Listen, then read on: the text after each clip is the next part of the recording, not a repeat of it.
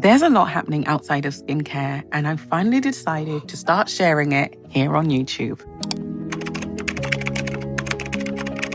Over the past 2 years, or I'll say even 3, my husband and I have really been thinking about what our future looks like and the kind of life we want to expose our children to.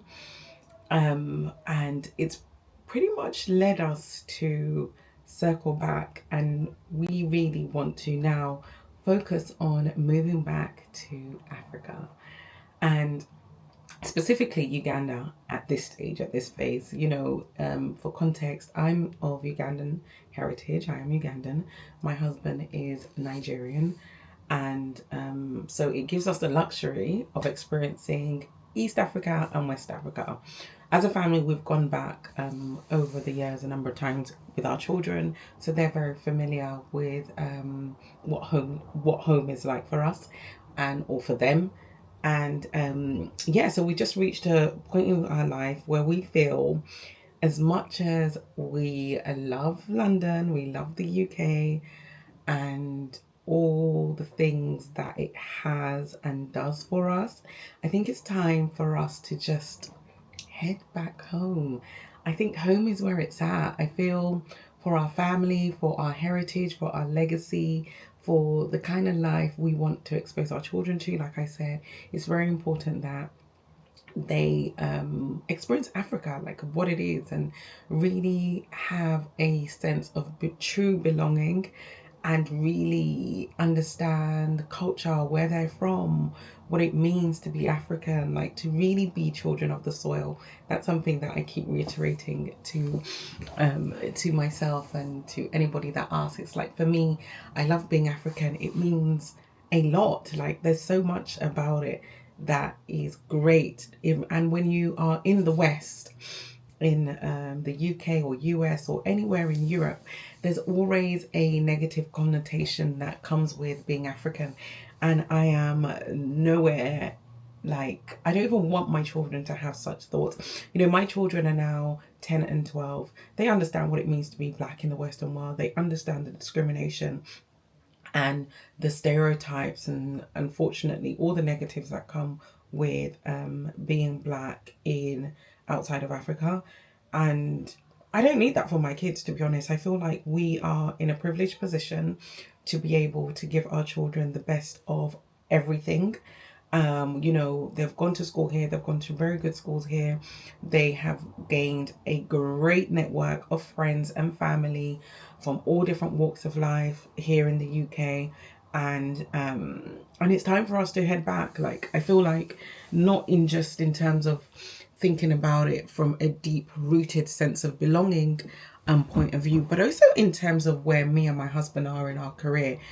And that's pretty much where we're at. And I felt like I've been wanting to do just this YouTube channel for quite a while, but I was trying to figure out exactly where and how and what I want to be posting. I didn't want to just be posting about skincare, beauty, and all the things that I'm passionate about. I also wanted to post about things that are currently going on in our life, or in my life specifically. So I believe this is the first video where I'm going to be sharing things that are just going on. It's pretty much just going to be a documentation of videos or archive of videos of what that looks like for us. So that means the move, what we're doing, what we're working on, and everything. So I'm super excited to share. If you've never come across me on socials, let me give you some context. So I am I'm a 9-to-5er. I've predominantly been working within the IT industry here in the UK. I've worked within telecoms, digital communications, leading development teams as a project manager, IT project manager. That's cut across between delivery lead. I initially started as a Scrum Master, Agile lead, delivery, now project management. I deliver large-scale projects in complex environments. And alongside this career that I've had, I've also built businesses. So I have built, let me actually give, not just even the ones that I've posted online about. So I am someone who is a busybody, I like to put it. I have had a hair business that I started when I was pregnant, because I was trying to look for hair that was the same texture as mine, because I went completely natural. And I just started posting, and for some crazy thing, it worked, and I had loads of customers. I was sending out orders, but I had a newborn. I was just like, I don't even want to sell hair, but I was just selling hair. So I started off doing selling hair, and that was my first entry into e-commerce. And that website was called Isoke. Isoke means hair in my language, in Nyoro. And so I was using the platform Big Cart.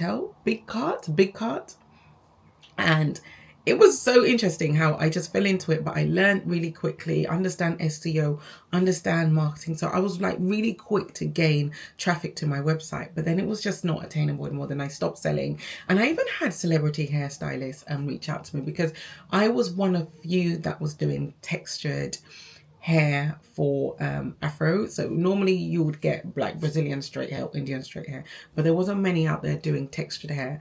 But anyway, so that started off on a whim, really did well, and I was just like, yeah, I'm about my baby. I just wanted to breastfeed and just do my family life. And then so I kind of just dwindled that down, and it kind of just went by the wayside. And then along that path, I then actually went back into work, because I was just like, yeah, staying home with a kid is the ghetto. Like, it's fun, it's cute, you're bonding with your child, you're really sewing into your family, you're really like doting on the family, which is all amazing, all and cute. But I like working. I actually like working. I like leaving the house, going into the world, and coming back. I find so much fulfillment in that, in terms of like, especially I think, I have fulfillment in that, but it's because I'm earning a regular income and I don't have to think about it. Like everybody else has the system. I just have to show up, do my work, and come home. So that's when I actually went into Scrum Mastery, because it was a lot easier. Actually, project support Scrum Master was a lot easier. I didn't have major responsibility on my head, as in managing projects. I would just be delegated tasks, I would deliver them and do them. And when you're a Scrum Master, you pretty much work in a cadence with a team, trying to get them to be self-sufficient and self-organizing is pretty easy. So that's how I went back into the marketplace. And then I started working for an organization that introduced me to remote work. I was just like, oh my gosh. And then by then I now had 2 kids. I was like, oh my gosh, there's remote work. I actually don't have to be in the office 5 days a week. So through that, I then got itchy feet or itchy hands, or my brain was just too curious and I needed some kind of expansion and challenge. So I was working for an organization that we were building their e-commerce side of their site. So it gave me such a great intel in using my experience of building my hair online business, and then seeing how an organization does it on a large scale, where you have different people within a team, from a copywriter to an SEO specialist to developers to building up the website, understanding UX on how traffic flows to the website, how consumers use your website and walk through your website.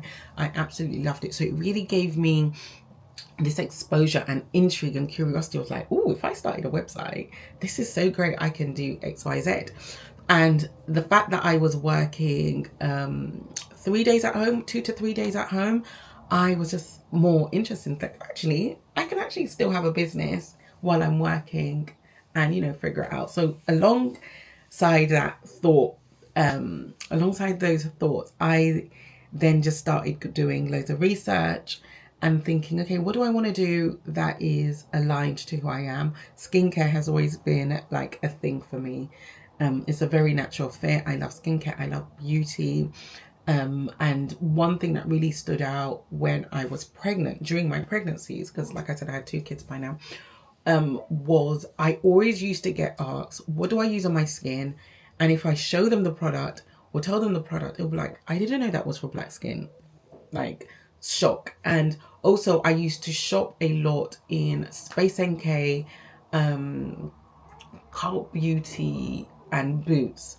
And I realized from the questions people ask me that black women are just not in that space. We know that already, but subconsciously we just don't shop there. But for me, who was really deep into researching skincare, what works on the skin, what doesn't work on the skin, regardless of the color of my skin, like I was using products, even if I'm seeing a white girl give a review, or I'm reading the reviews from white women, I was still researching the ingredients and finding out and testing and learning if they would work for me. So when people ask me, oh, I didn't know that worked for me, I was like, yes. And, I could understand where that was coming from. So I then embarked and said, okay, you know what? Actually, maybe I should go into skincare beauty. And as well as working on a website now, switching back, as well as working on this e-commerce website for this company, I also had a team that was developing the app. So that also gave me an exposure to the app world. This was very much the early days of companies building apps. So I then also had this bug of like, do I open an app? Do I launch an app, or should it be a website? Like I was really just, trying to figure out what that would look like. So I actually was thinking maybe I do an app.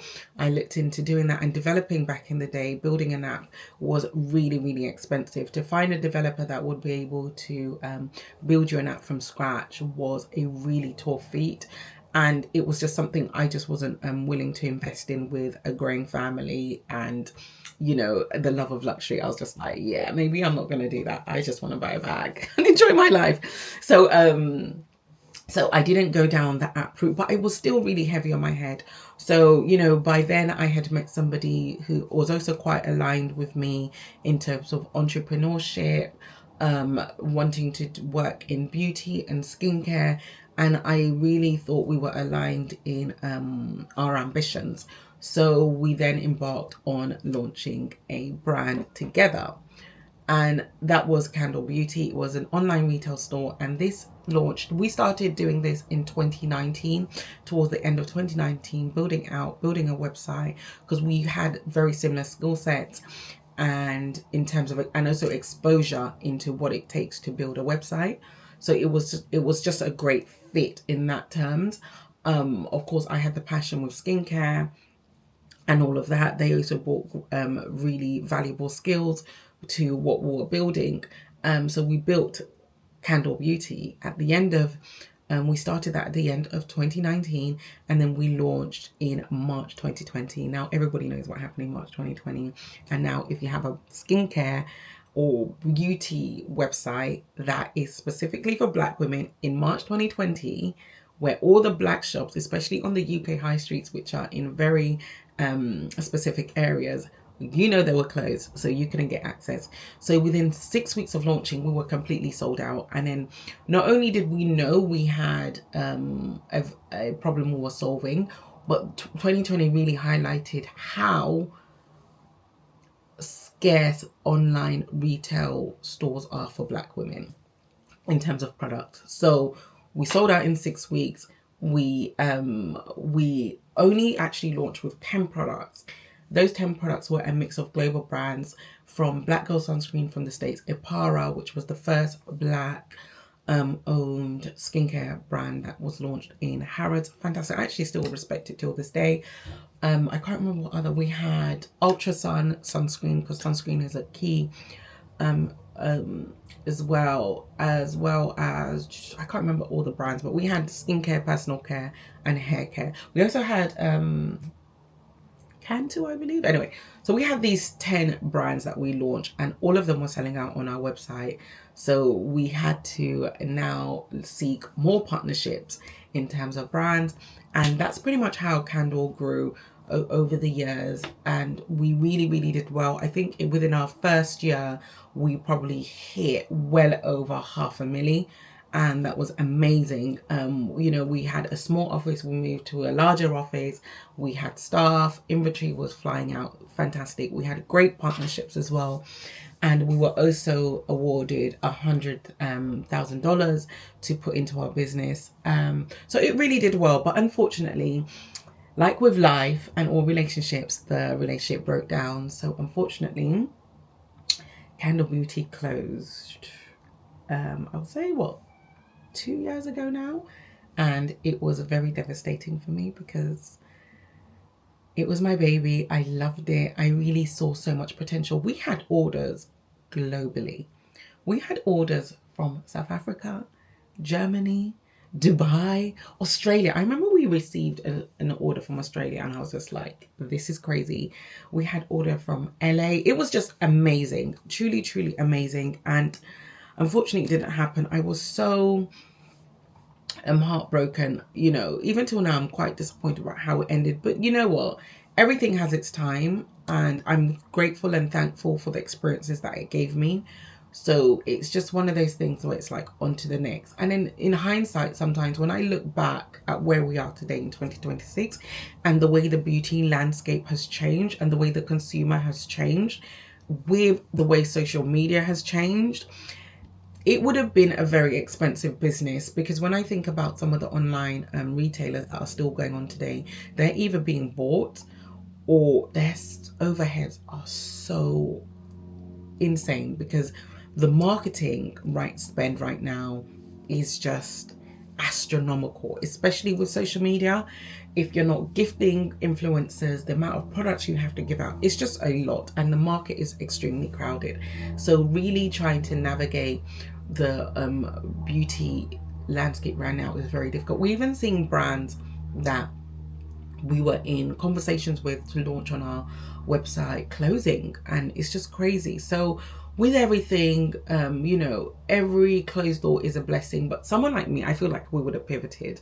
We were going to pivot anyway in launching some other initiatives. But either which way, every closed door is an opportunity to move on to something else. And so the past 2 years, I've really been soul-searching. After the closing Candour, I was really, like I said, downhearted, distraught, and trying to figure out, like, what do I do next? Because I kind of saw it as like, yes, I'm going to end, because we were still working, by the way. We were still having jobs alongside Candour. Thankfully, we had a really, really great staff. We had great girls in the office who were fantastic customer service, like, love them. So we were able, both of us were able to juggle family and full-time jobs.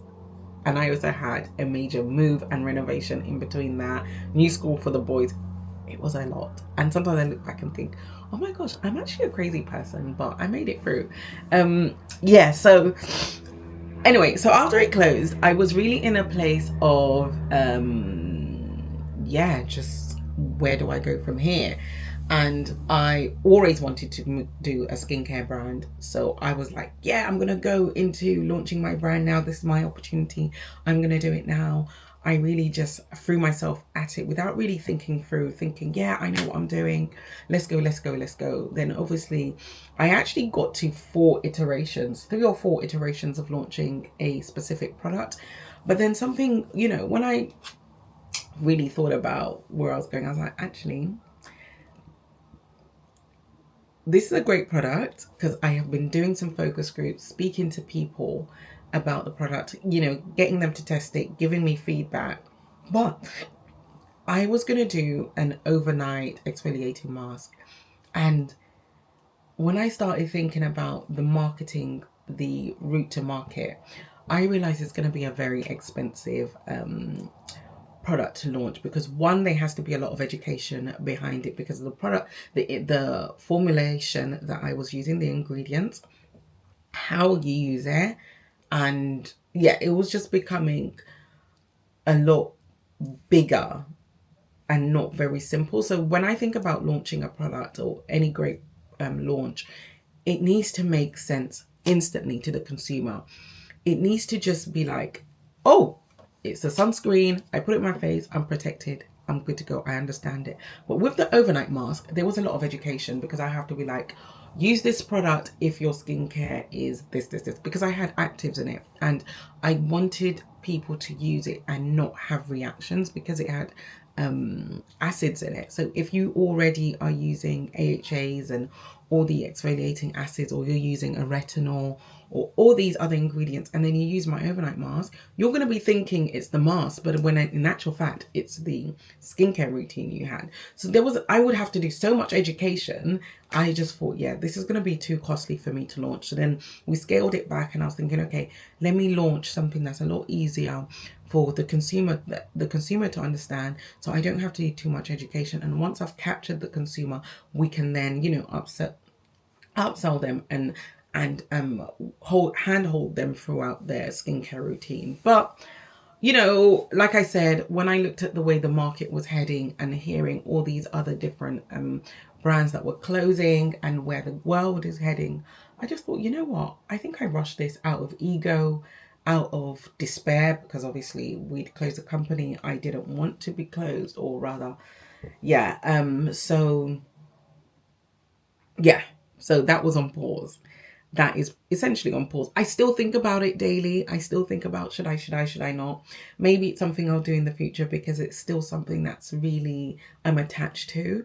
But yeah, so right now where I'm at is, so following the realization that, you know what, I'm not going to launch this product. Let me put my skincare brand on hold. While I was in development mode, I did start my TikTok, the Skin Guru, and that was really for me to understand the market, understand how consumers interact with products, with skincare brands, and that's where I got this feedback from understanding consumer, that consumers just want a product that is easy to understand, very much like Apple. You know, I love Apple in their simplicity. When you buy an Apple product, you just unbox it and you use. There's no user manual. There's no understanding what it is, what it does, how to use it. And that's what makes a good product.